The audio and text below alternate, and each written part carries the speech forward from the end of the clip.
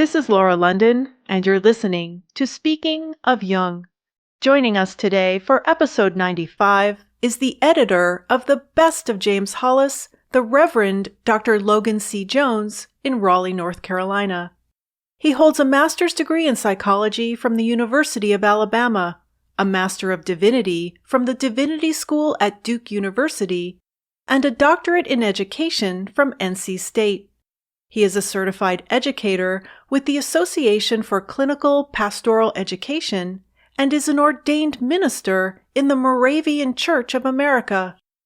Reverend Dr. Jones worked as a hospital chaplain for 34 years and taught clergy and seminary students the art of pastoral and spiritual care in crisis situations in hospitals.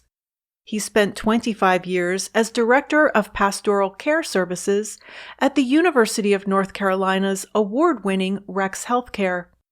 He is the author of 2 books of poetry, No Man's Land and Last Call, and a collection of essays and reflections on the art of pastoral supervision titled The Care of Souls.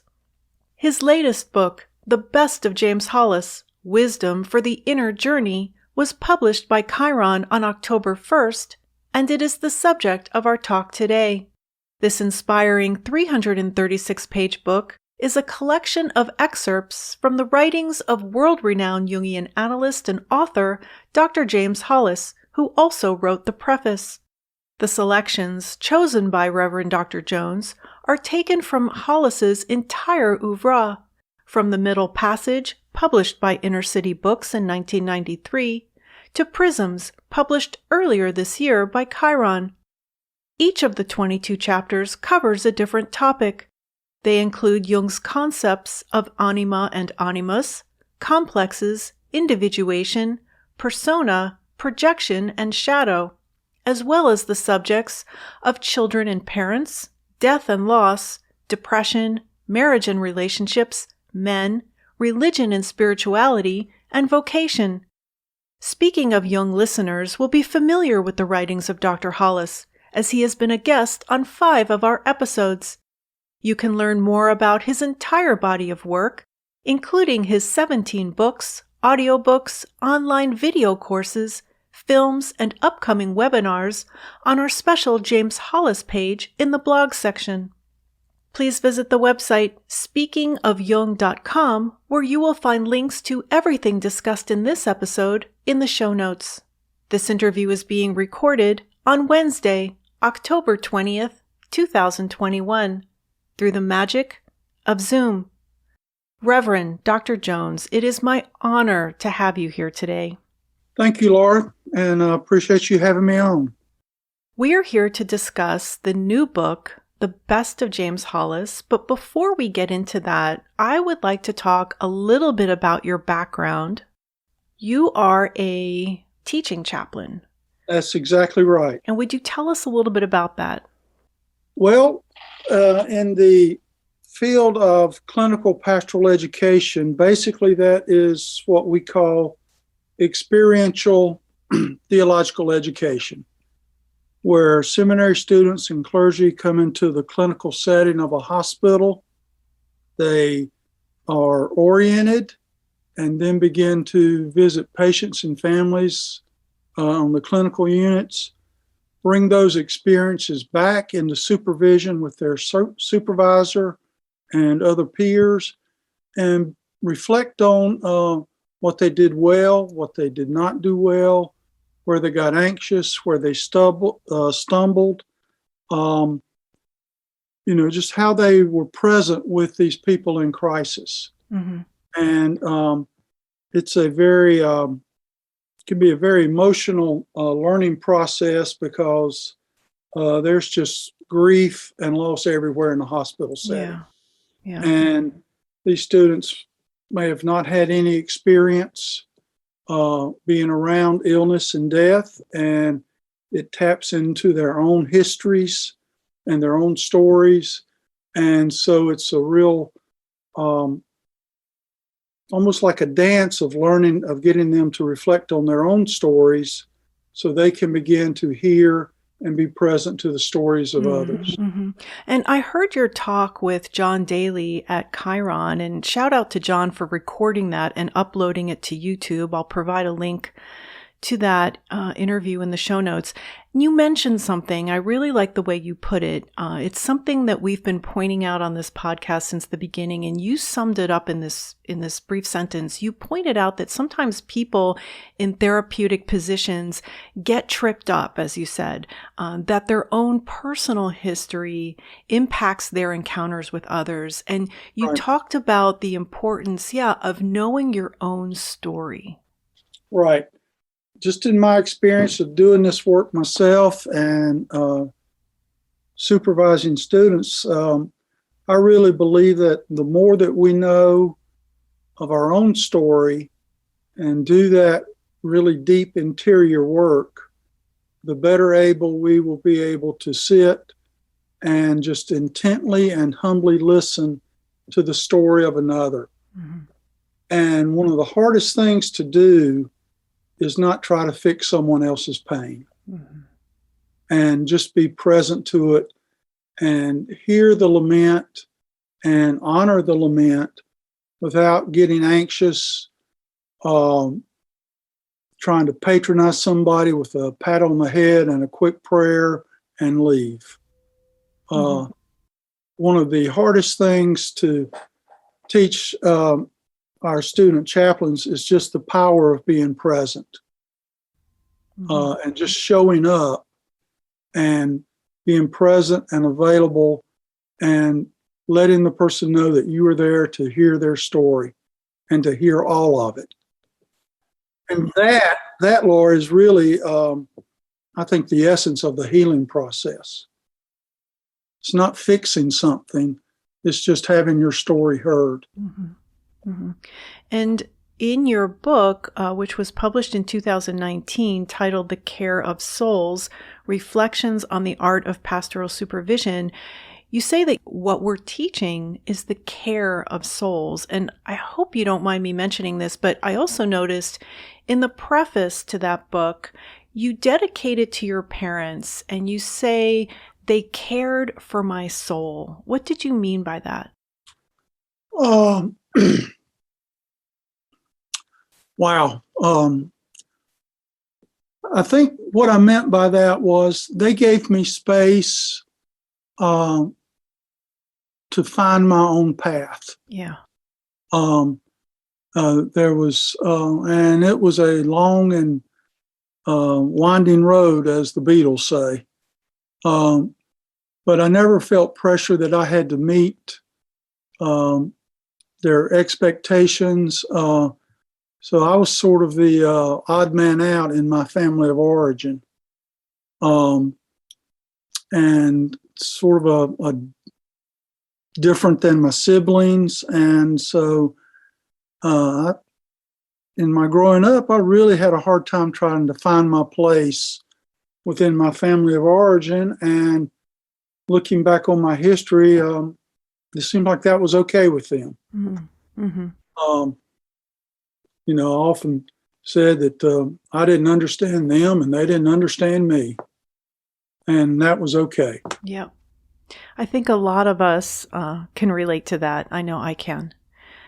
Also, in the preface to that book, you talk about what you mentioned earlier about listening and how listening requires patience and it's not about fixing. So in addition to the book that we're here to talk about today, The Best of James Hollis, I would like to point the listeners to your previous book, The Care of Souls. You are also an accomplished poet, and I read some of your poetry. And as I've mentioned on this podcast before, that's really not my thing, but I have to say yours hits different. It has a depth to it, and no doubt Dr. Hollis's influence, but it also has an edge that I just wasn't expecting. You sent me a couple from a book that I think has not been published yet. Is it okay if I mention the title? Yes. So, In Search of Mickey Mantle, the two poems is that just your book or is that a compilation? No, that's my new book. That's your new book. Okay, so I've sent it to a publisher, and I'm waiting to hear if they'll accept it. wonderful. Well, I'd like to give a plug for it because the 2 poems you sent me from that book really struck me. And I'll definitely buy that book.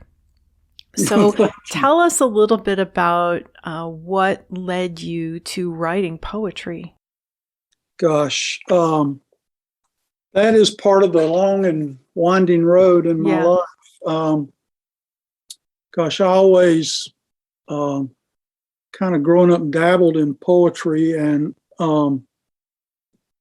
my dad had a poetic wit about him. He was just kind of a funny story. And my senior year in high school, one of the assignments that we were supposed to write a poem, senior English. And I just sort of blew it off. The night before it was due, I asked my dad, I need a poem. Well, he rattled off about 6 or 8 lines just like that. I wrote it down and turned the poem in and ended up winning first prize in the poetry contest. Mm-hmm. And his poem was published in the student newspaper. So I always say he won the best poem in senior English. And he got a real kick out of that. And to my chagrin and regret, I never confessed. Oh, you didn't? Oh. No. I claimed it as mine. It was our little secret. Mm-hmm. But it was always there, and I never knew what to do with it. I always liked to read Gibran in college, but I didn't know what to do with it. And then in midlife, I sort of began dabbling, writing things down. I would send some things off. Most of them would get rejected. Some got published. I liked doing it, but I didn't know how to do it. And I just kept writing stuff. And then at sort of my midlife crisis time when I was in therapy, that just brought up all sorts of feelings and memories, and doing my own work. And I would write these things down and bring them to my therapist, and we'd talk about them, and that would activate other things. And I just ended up getting just lots of poems coming to me. Mm-hmm. It was like the floodgates were opened. Mm-hmm. And and let me back up on that. In my early 20s, when I was doing my Clinical Pastoral Education residency, my first one, and reflecting on my experiences in the hospital and with patients and families, I would find that a lot of my writing it was poetic. And my supervisor, Perry Miller, named me as a poet. Mm. He saw that in me and named it, called it out, and blessed me with that. Mm. And I always held on to that. And then when I gathered all these poems together later in life, I just decided, well, if I'm going to try to be a poet, I want to see if I can be a poet. Mm-hmm. And so I put together a book proposal, sent it off to a publisher. I didn't even tell my wife that I'd done it because I knew I'd get rejected. Mm. And about 6 to 8 weeks later, I got this email saying that they would publish it. And Laura, I felt like the dog chasing a bus, and I caught it. Now what do I do? Mm-hmm. And so it was putting them all together, finishing the editing, getting the formatting right, and that's how I got started. Mm. And I've learned just to try to be open to the muse, the inspiration, the whatever you want to call it that comes to me when I'm working on a poem. Some come real quick and almost finished, and some come just as one line, and I've got to dig down and find what was there. Mm. Well, I have to say right now, you are my favorite poet. And it's what you're saying is reminding me of something I read, that you said that one of the things you learned from James Hollis is that we're all asked to take risks, to live large, and to trust our soul. And it sounds like that's what you did. Well, that's exactly right. And that was, that was terrifying. Mm-hmm. But I have a quote over my desk from Goethe. I think that's how you say that. Goethe. At the moment of commitment, the entire universe conspires to assist you. And I got that from my therapist, and I had it sort of framed, and it's right over my desk. Yeah. I love having reminders like that Yes. around us. Yeah. I think some people pronounce it Gerta. I was shocked Gerta. when I heard somebody pronounce it Gerta. I thought, you mean Goethe? Yeah. Yeah. It's a I'm with you on that. Yeah. very odd name. And it's also the name of a street here in downtown Chicago. So I hear it quite often. So this book, where shall we begin? The Best of James Hollis. One of the things I love about it is that you cover all 16 of Dr. Hollis's books on depth psychology, and he's actually published 17 books, but the first one was about Harold Pinter, so that is not included. So there are 16 books we're working with. I actually made a graphic for the special page we have on Speaking of Jung's website on Dr. Hollis, where I took all 16 of the book covers and I put 8 on the top and 8 on the bottom so that there is a graphic. And he's got a new book coming out. I was just emailing with him this week. It will be published by Chiron on January 1st of next year, 2022, and it is titled The Broken Mirror. So Dr. Hollis will be joining us here on Speaking of Jung for our 100th episode. The date is to be determined. Today we're recording episode 95. Dr. Hollis agreed some time ago to be our 100th guest for his 6th episode with us. So I'd like to ask you how the idea, start there, how the idea for this book came to be, because you and Dr. Hollis go way back. Well, I first became familiar with Dr. Hollis's work, probably maybe 2001. And as I said in the preface, sort of a midlife crisis time, and I stumbled upon the middle passage. And I also like to say that book also found me. And I just devoured it. And then I started reading his other books. And one of the things I've always done that helps me learn and retain things is to write them down. Mm-hmm.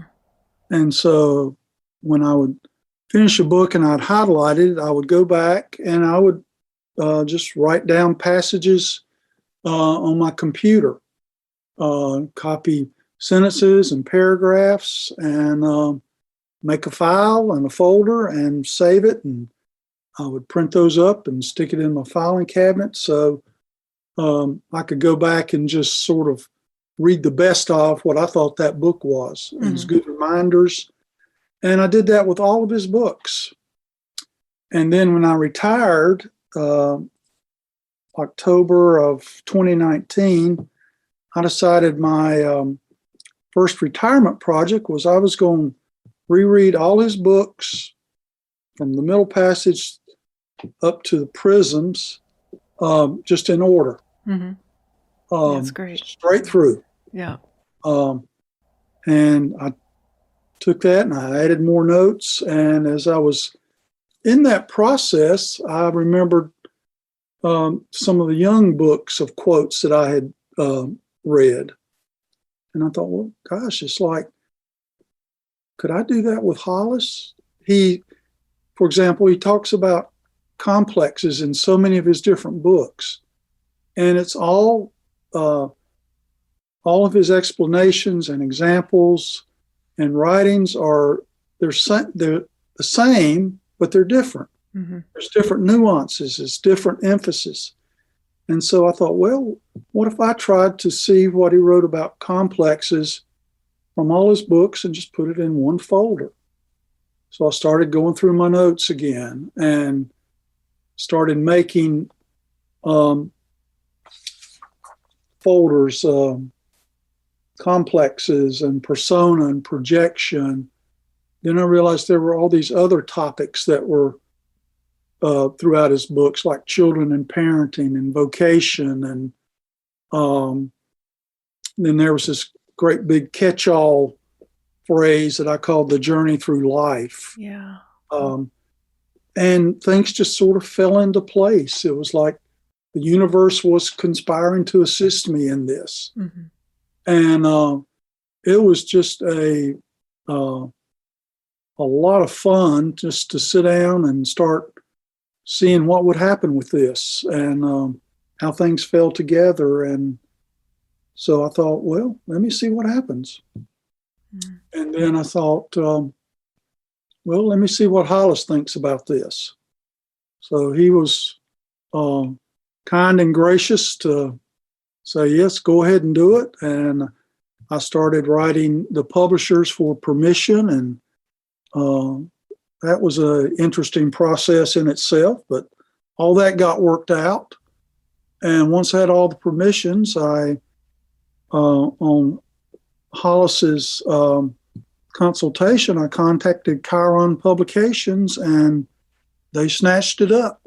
And I was just amazed mm-hmm. the way things fell into place, yeah. And it all came together. Mm-hmm. And the book contains a preface by Dr. Hollis. He wrote right. the preface, and I want to mention this because I think it's hilarious. In it, he says, when Logan Jones wrote to me many months ago proposing this anthology of quotes, my first thought was, why would anybody want that book? That is so quintessential James Hollis. Him yes. saying, why would anybody want that book? Can you imagine? That is hilarious. I know it. What do you have to say about that? Well, that's sort of my experience, that he's in all his brilliance, there's just a humble dignity about yes. him that is grounded and really anchored in his sense of who he is. And that's consistent in his writings and my email interactions with him and things mm-hmm. like that, and the few times, 3 or 4 times I've heard him present, mm-hmm. There's just a consistency there. Mm-hmm. And it's real. It isn't yes. my experience, and let me know if this is yours too, my experience with him, because you've actually met him in person as well, right? Yes, at a couple of his workshops.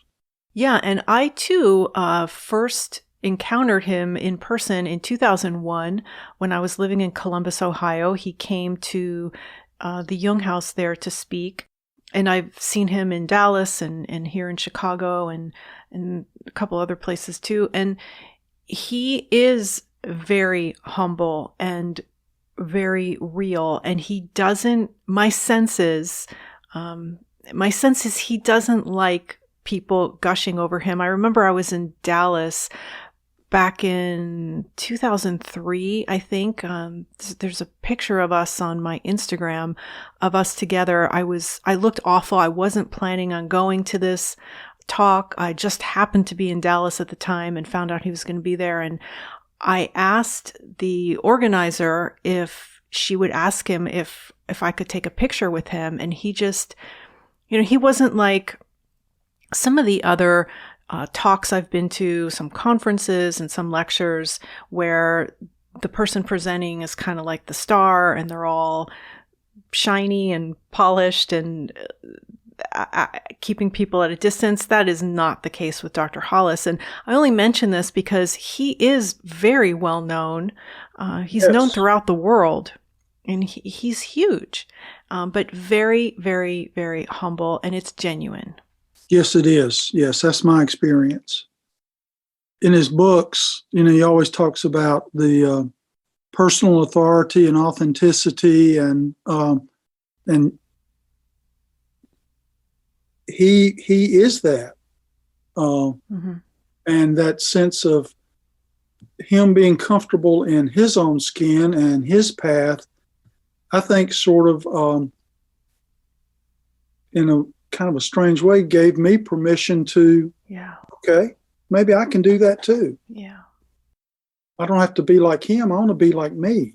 So I got to do my work and find my way.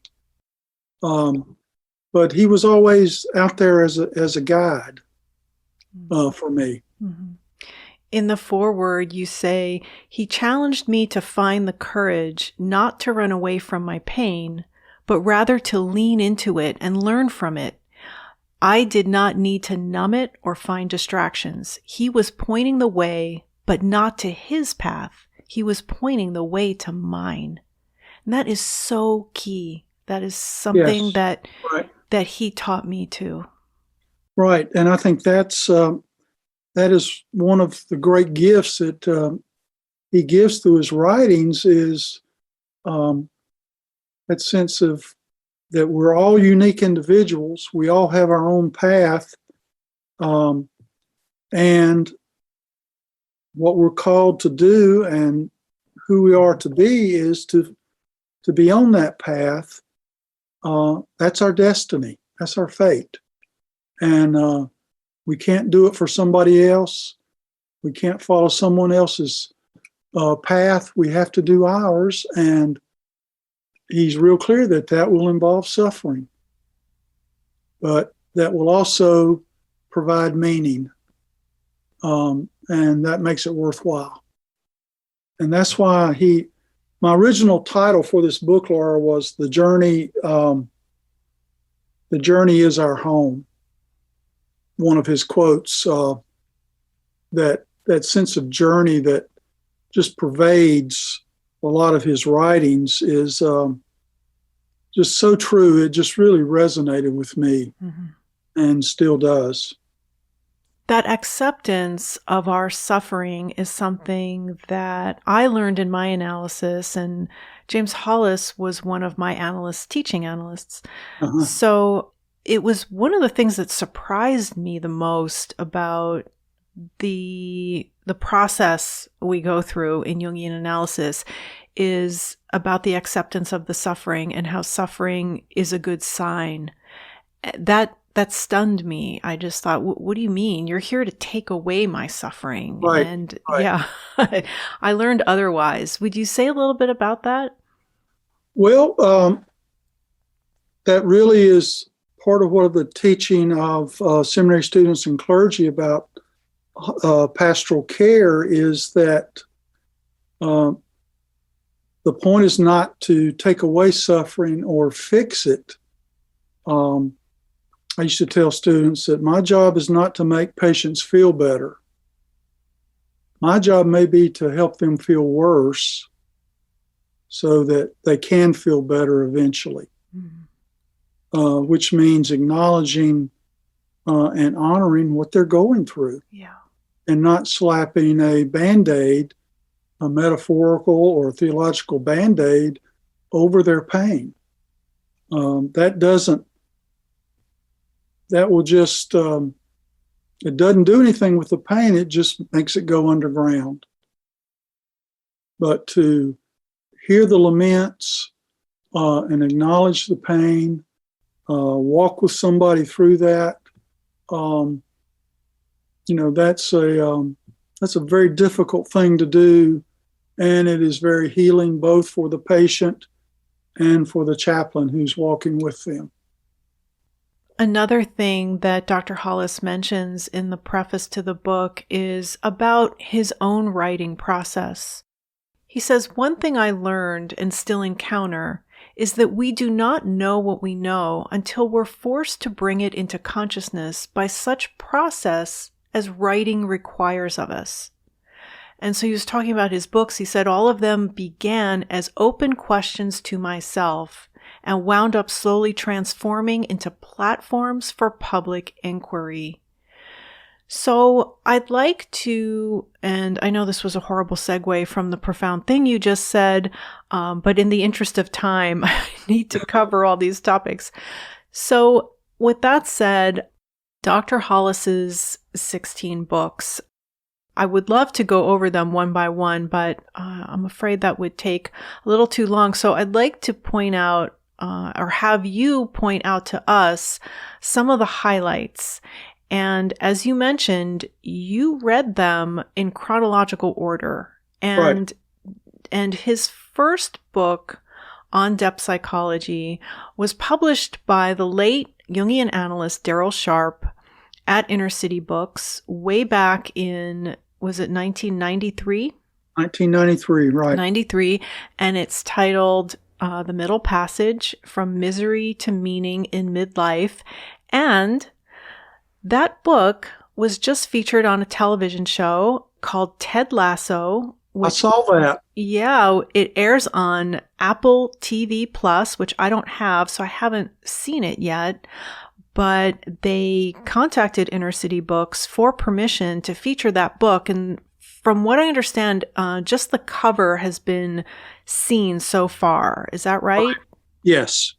Would you tell us a little bit about how and why it appeared in that show? Well, on the show, the team psychologist has had a bike accident, and Ted Lasso, the coach, Jason Sudeikis, is bringing her home from the hospital. She's got a concussion. And as he's getting her settled into an apartment, he walks into, I guess, her den. And on the table there, he picks up this book, turns it over, and you see the cover, The Middle Passage. And then he puts it back down, and the conversation continues. So it's just a brief glimpse of the book of the cover, but there it is. There it is. And I think that they're going to get into more about the book because they asked Inner City Books for permission for the entire book. Wow. Well, I can't wait to see what they do with it. Yeah. So that was the first book of Dr. Hollis's that was published by Daryl Sharp, and they went on to publish 7 more of his titles. Right. So he has 8 total with Inner City Books, and Inner City Books, Daryl passed away a couple of years ago, and Inner City Books is still going, is being run by Scott Milligan, who was Daryl's assistant there for many, many, many years. And you can listen to the story behind Inner City Books in episode 71 of this podcast. I had on Daryl's 2 sons, Ben and Dave, and Daryl's longtime editor, Victoria Cowan, and also Scott Milligan and Daryl's companion, Liz Jefferson. So that is a great episode. They're all friends of mine, and we really enjoyed reminiscing about Daryl. So Dr. Hollis's 8 titles with Inner City Books. He has 3 titles with Gotham Books, right, which is a division of the Penguin Group. He has 2 titles with Sounds True and 2 audiobooks with Sounds True, 2 titles with Chiron Publications and 1 scheduled for next year. And then he has 1 title with Texas A&M University Press, which was part of the Fay Lecture book series, which we've been featuring on this podcast. And the 17th book, which was actually Dr. Hollis's very first book on Harold Pinter, is with Southern Illinois University Press. I don't have that book. Do you have that one? No, I do not. No, I think it's out of print, but I think you can find it on Amazon. I'll provide a link to what is available in the show notes for this episode. So, 16 books. What stands out to you? Well, I think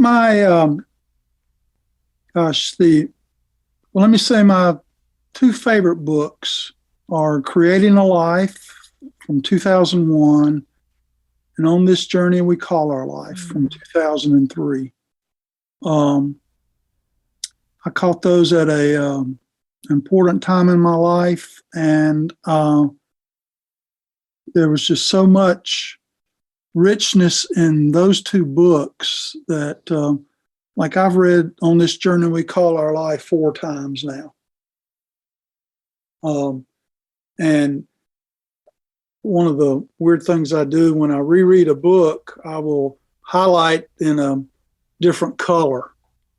And so, gosh, that book is just like a rainbow right now. But it is just it's just one of my favorites. And I also liked the 2009 book, What Matters Most. That's just another excellent book.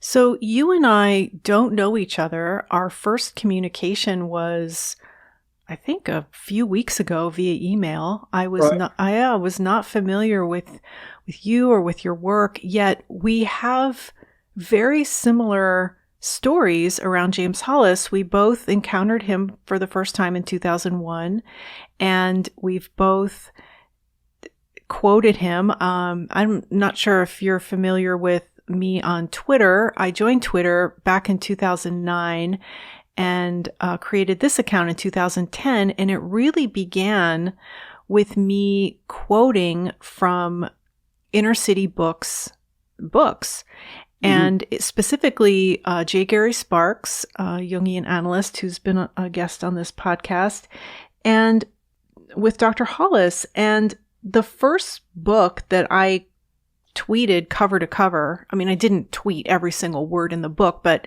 as I was reading it, when I would come across, you know how you would pull quotes from the books? Right. Yeah. I would tweet quotes from the books, but I did it from cover to cover. And that book was the one you mentioned, On This Journey We Call Our Life, Living the Questions. And I'd have to say that is one of my favorite books of his. And the other one is Creating a Life, which you just said. The subtitle is Finding Your Individual Path, because I bought that book. I live here in Chicago, and the Jung Center in Evanston, which is just north of downtown Chicago, used to have a big, beautiful bookstore. And I bought this book. I'm holding it in my hand right now.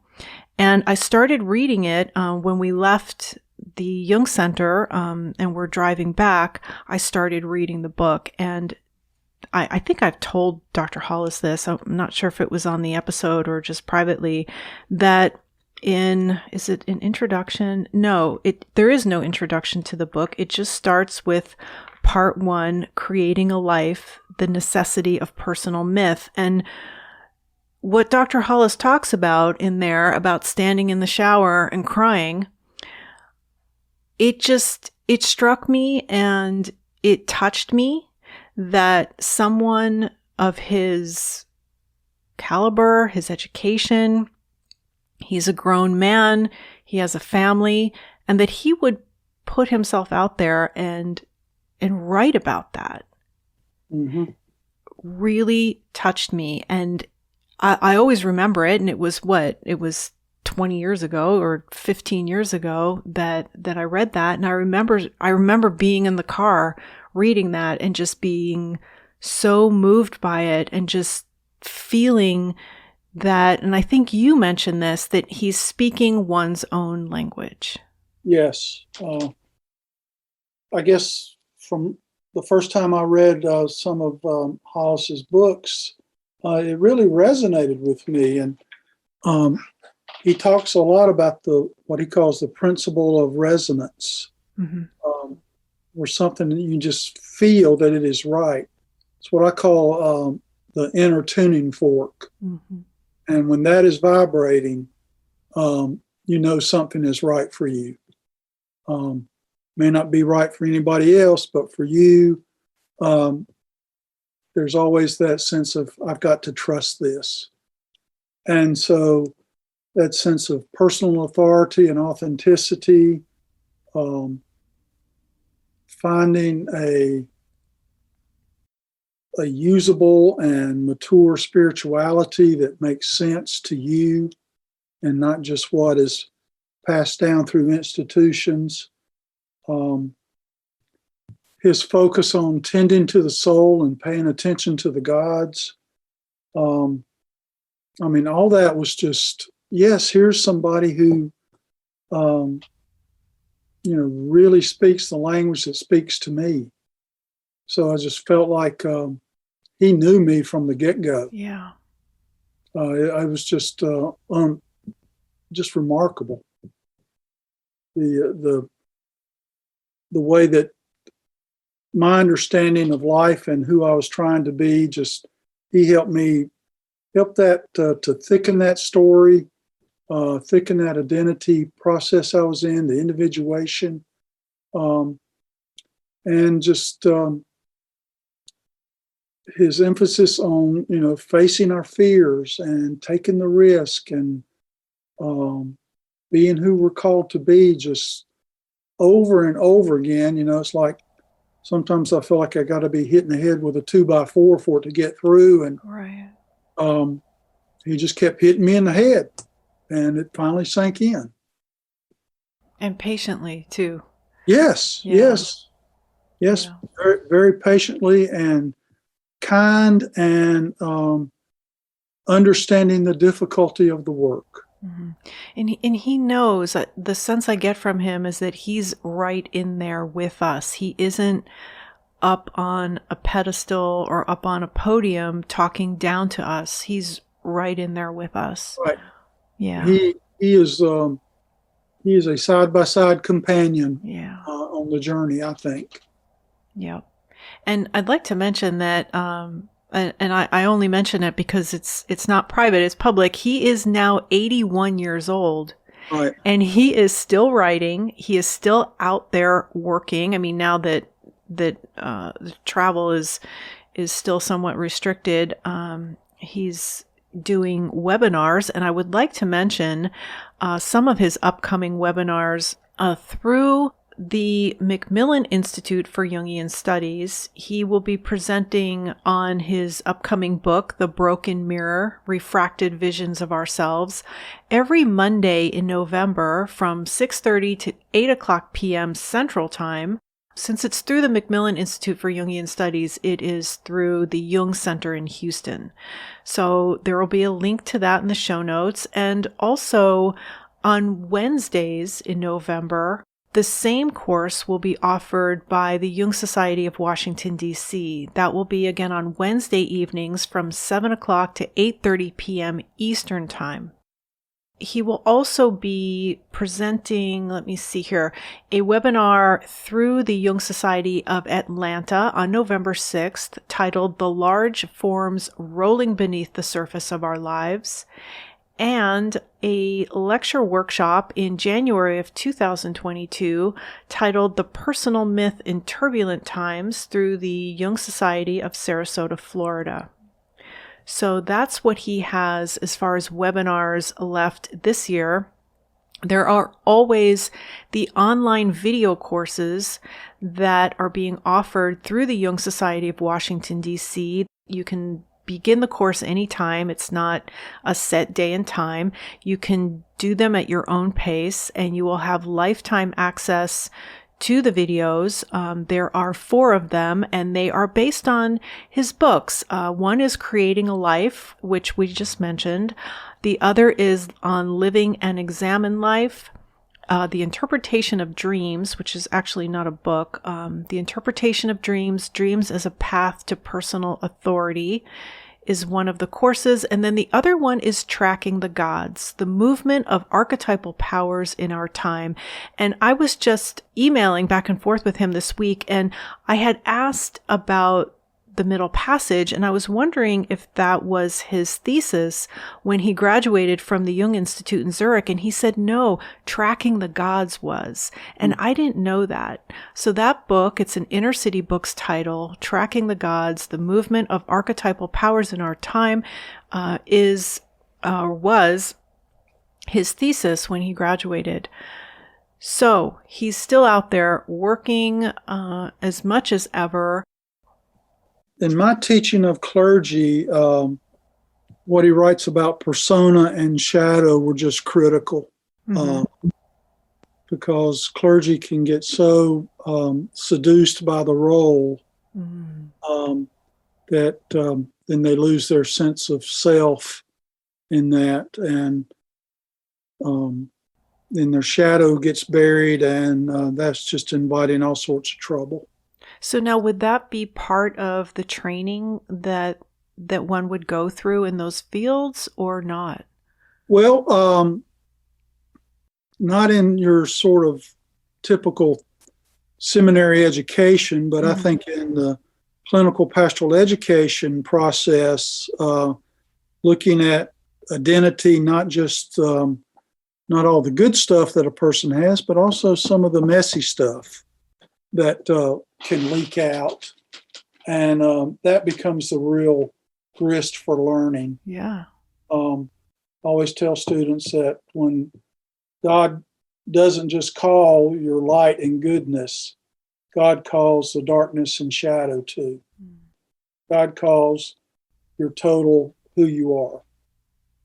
And certainly I've learned that the power that's in the shadow is where a lot of the healing comes from. Always like Robert Bly's description of the shadow as the long bag we drag behind us. And so part of that process of pulling things out of the bag, the good things that our parents didn't appreciate and were not part of our family of narrative, that we can reclaim and recover and begin to bless. Yeah, that must be difficult, especially in that profession, to look at that and to acknowledge that and to own that. Well, it can be, and it is also very liberating and freeing for people. I've had, I can't tell you how many people in the hospital, patients have said to me, now, chaplain, I want to tell you this because I can't tell this to my pastor. And they speak of their doubts and questions about God and their faith. And it's tragic because they're in a faith community that doesn't allow for that. If you have doubts, then you don't have enough faith. So that doesn't mean it goes away. It just goes underground, and they suffer in silence. Yeah. And so if I'm open to that part of our human experience and know something of my own story, then I think people know that hopefully I can be a safe person that they can tell that to, and I'll just listen to it. I won't admonish them, give them a Bible quote, pray that they have faith or anything like that, but just simply to be there and be present with their struggles. And that's true for patients and for students in this learning process too. Thank you so much for mentioning that. And one of the final topics I'd like to cover is that of men, because Dr. Hollis has been focusing on that lately, and he gave a webinar back in August with the East-West Center for Psychotherapy that I attended, and there were two talks, and one of them was, why is therapy with men so difficult? And when I told him how much I enjoyed it and how I took so many notes on it, he told me that the material in that talk is going to be in the new book, The Broken Mirror, Refracted Visions of Ourselves. And Dr. Hollis also wrote and co-produced and stars in a new film. It's an indie short, they call it, called Soul Heal, with Nancy Swift-Forlati, a fellow Jungian analyst who was my guest on the last episode we did, episode 94. And you can watch this film. It was directed by Jose Enrique Pardo. You can watch it for $1.99. You have 72 hours from the time you start it until your rental runs out, so you can watch it as many times as you'd like. And the focus of that film is about the wounding and healing of men. And I don't know if you've had a chance to see it. I have seen it. It was very good, and there's a lot of truth in it.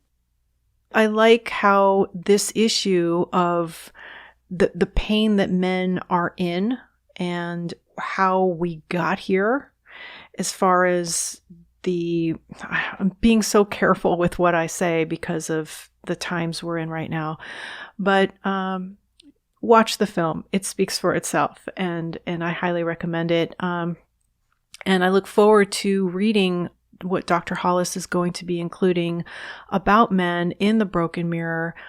He does cover the topic in his book. It was published back in 1994 Under Saturn's Shadow, subtitled The Wounding and Healing of Men, published by Inner City Books.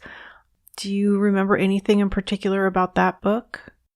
Well, you have a whole chapter on men in this new book. Yeah, and it really sort of, that whole excerpts really probably just came from that one book. Mm-hmm. So there's a lot of truth to that, and I think it's almost like he's coming back to a second edition of it. So I can't wait to read that either. Mm-hmm. I think one of the things that for men is that we don't. Maybe this is why therapy is so hard. There's such a sense of shame. Yeah. That I think men live with and don't even know how to name or even talk about. And so that contributes to a lot of other acting out and toxic behaviors in relationships. So I don't have any answers for that. It's just sort of my experience, I think. Mm-hmm. Well, I will let the film speak for itself. And again, it's only $1.99, and you can rent it and watch it online. There is also another film that Dr. Hollis is in that is available online. It's on Vimeo. It's titled Summons of the Soul. And I was watching that this morning, and I love how bold he is about how short-term therapy, why it doesn't work, and how these life coaches out there are really just motivational speakers, and they're not working at depth. And that was something else I wanted to mention about Dr. Hollis. Yes, he's a Jungian analyst, and he cites the work of Carl Gustav Jung throughout all of his books, but he doesn't specifically just mention analytical psychology. He mentions depth psychology because he also mentions Freud a lot. And every time I hear Dr. Hollis speak, I always wait for that Freud mention. It's always at least once. There it is. He mentioned Freud. He quotes poets and lots of literature. And one analyst I know, I won't name them, says that they have to keep a dictionary next to them when they read Dr. Hollis's books. Yes. Because of the words. He uses words I've never seen before. And I love that, right? Right. He just, I'm like that. I got to look up a lot of the words. Yeah. But it's not in a pretentious way. I think he's searching for exactly the right word. So it's very specific. And again, it's not in a pretentious way. It's in a very natural way because of his background in literature. And that's what his PhD is in. Right. because he taught for, I think, 20 years before he became a Jungian Right. analyst. Right. I guess the last thing I would like to mention, Laura, is what I said in the preface to the book, that reading Hollis is like going on an archaeological dig. Mm. There's so much treasure that you will find. It just by slowing down and reading carefully, the wisdom is there waiting to be grappled with and reflected on and incorporated into our lives. Mm-hmm. And the archaeological dig through his reading is paralleled by the invitation to do our own archaeological dig into our souls. Wonderfully put. Thank you so much for joining us today, Reverend Dr. Jones. Thank you, Laura. Thank you for having me. It's been fun. Please visit the website Speaking of Jung, that's JUNG.com, for more information on everything that was discussed in this episode. There you will also find all of the previous episodes of this podcast, which are available to stream or to download for free.